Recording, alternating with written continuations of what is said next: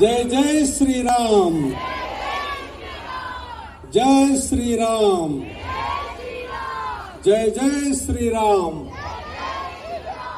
Thank you very much. I have a great pleasure in welcoming all of you to this evening on 22nd January 2024 for the celebration of Sri Rama Utsava by Purva Riveria Sri Rama Mandali. This is a celebration of Sri Ram coming home. He was out of home and you all have seen today he has come back home. A best home palace has been built and he has been placed today by the Prime Minister of this country at about between 12 and 12:30. And I am sure you all would have seen that. It is a great momentum in the minds of the people as well as for the nation, because for many reasons for the last 500 years Prabhu Sri Ram was not in his home. As you recall, in 1528, 1528 year, the original Ayodhya Ram temple was demolished by then Mughal King Babur. So the struggle for acquiring back the site or the land has been going on for the last 500 years. It means we Bharatiya or Indian human took 500 years to give justice to Sri Ram. And for him, probably that is the second one was, first one was he went for 14 years and second one was too long, that is 500 years. Anyway, today is the most happy occasion that he has come back to his home. 1528 to now, 2024, it is a long journey of a struggle.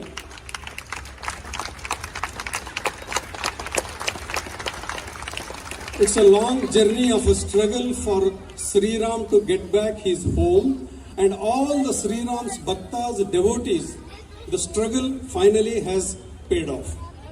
It was a first struggle started in 1853. The religious violence took place in 1853, demanding the land back, and in 1858, the British people locked the temple and told Hindus not to worship Sri Ram in his Ayodhya place. Since then, he was totally out of reach with the public and public was out of reach of him. So the struggle went on, and recent memory as we see in 1988 was the first struggle started. In the recent memory I am coming, and that time the late Sri Singhal, the one who was the VHP president of the RSS, he started the momentum to get back the Ayodhya land back to Sri Ram, and since then it has picked up, and later on the history you are all aware. I will not go back into that.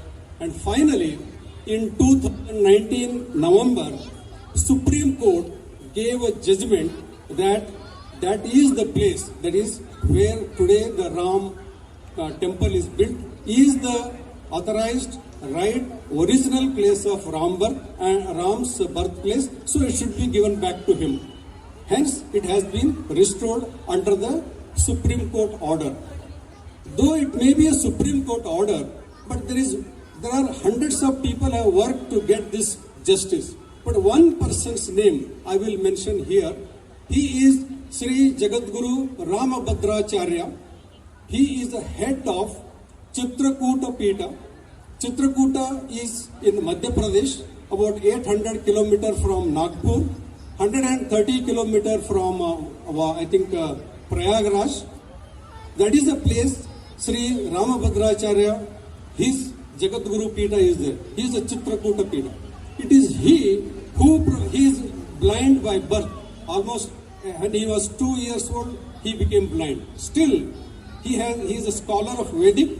He produced 441 documentary evidence to the Supreme Court.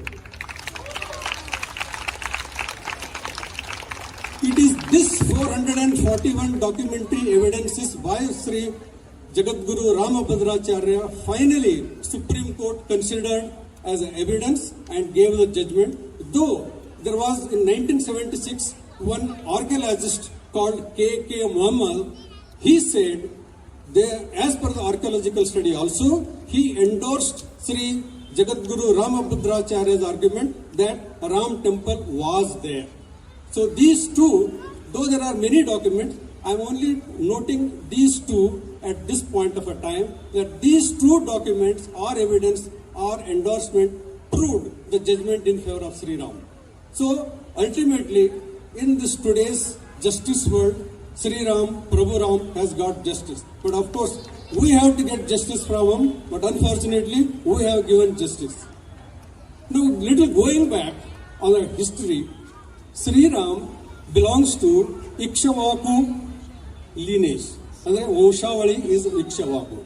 The first Ayodhya king,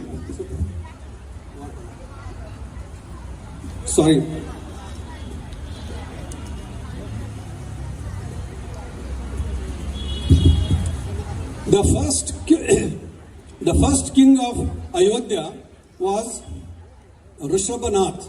I don't know how many of you have heard. Rishabhanath Dev, Rishabhanath, Adinath, Aryanath, these are the different names for him. He is the first king of 81 generation before Sri Ram. 81 generation before Sri Ram. Sri Rishabhanath was also called as Ardha Prithvishwara. Why Ardha Prithvishwara? He ruled half of the globe in those days. Half of the globe was ruled by him. His kingdom went right up to Kazakhstan, Uzbekistan, this side towards up to Vietnam. And that map of, in those days, kingdom was called Bharatakand. He had two sons, Bharat and Bahubali. Bharat later on ruled this Bharatakand, and his name came to be to this Khand. Khand means continent. Today India is a nation. Then it was not a nation, it was a continent. The other half was Europe and America. So that is the big history of Ardha Prithvi belongs to India. Then India, Bharatakand. Later on, when Bharata ruled and Ikshvaku dynasty was created, and after 81 generation, Sri Ram was born, and later on, after Sri Ram also, 61 generations ruled Akhand Bharat. It's not Akhand Bharat, Bharatakand. I'll come to the Akhand Bharat later. Bharatakand was ruled even after Sri Ram 61 generation.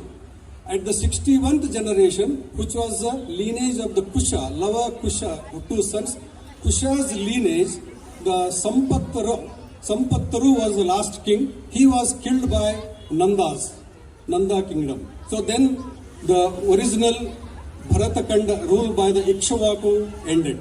And then later on, by the time it got disintegrated, then Chandragupta Maurya came. He acquired most of the nation, including up to Afghanistan. Then it was called Akhand Bharat.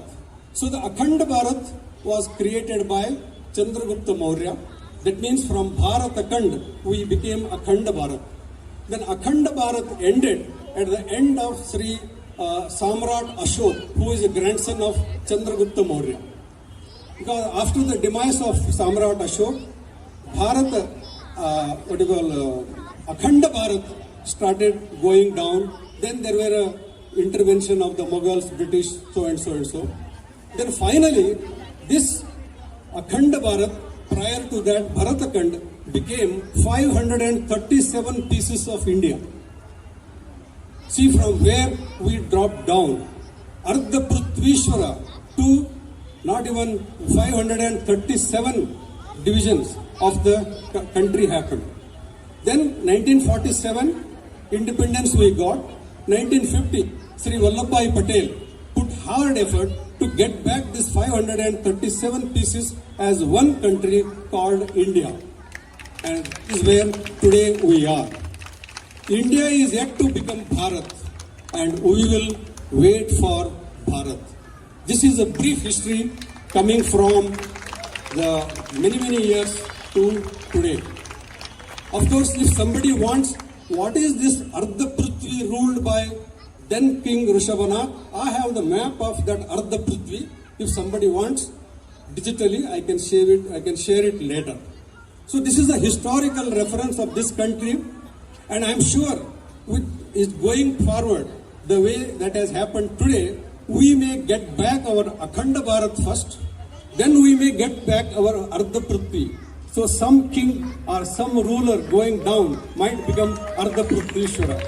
We all hope for that kind of a day. Maybe we will not be there, but today we are lucky to witness the reposition of the Prabhu Sri Ram's land after 500 years. That means the current generation of the India is the most lucky to witness this historical event. So I wanted to bring you this much information on this, our India and our Bharat, and going to be Akhanda Bharat as going forward as a first step. So once again, before I conclude, I would like to thank all of you for having wholeheartedly supported our effort, encouraged our effort, and also I thank all my core committee members who are literally led by ladies, and I don't say them as ladies, they're all my daughters because they call me uncle and they are daughters. And of course I cannot forget the son-in-laws, they are also there. And I would like to give the few names of my daughters, starting with Priya Manjunath, Radhika Madhusudan. I am adding son-in-law name in the daughter name, okay? Then Geeta Rajesh,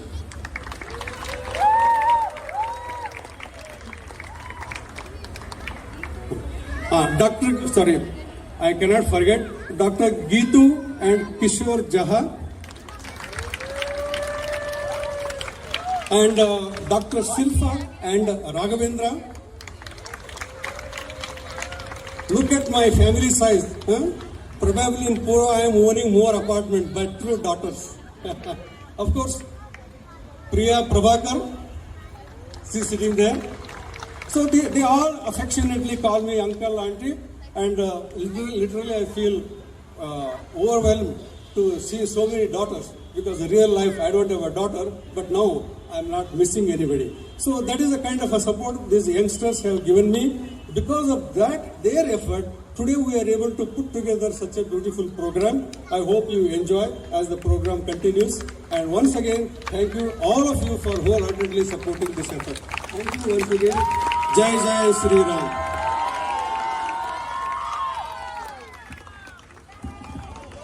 Thank you, Uncle.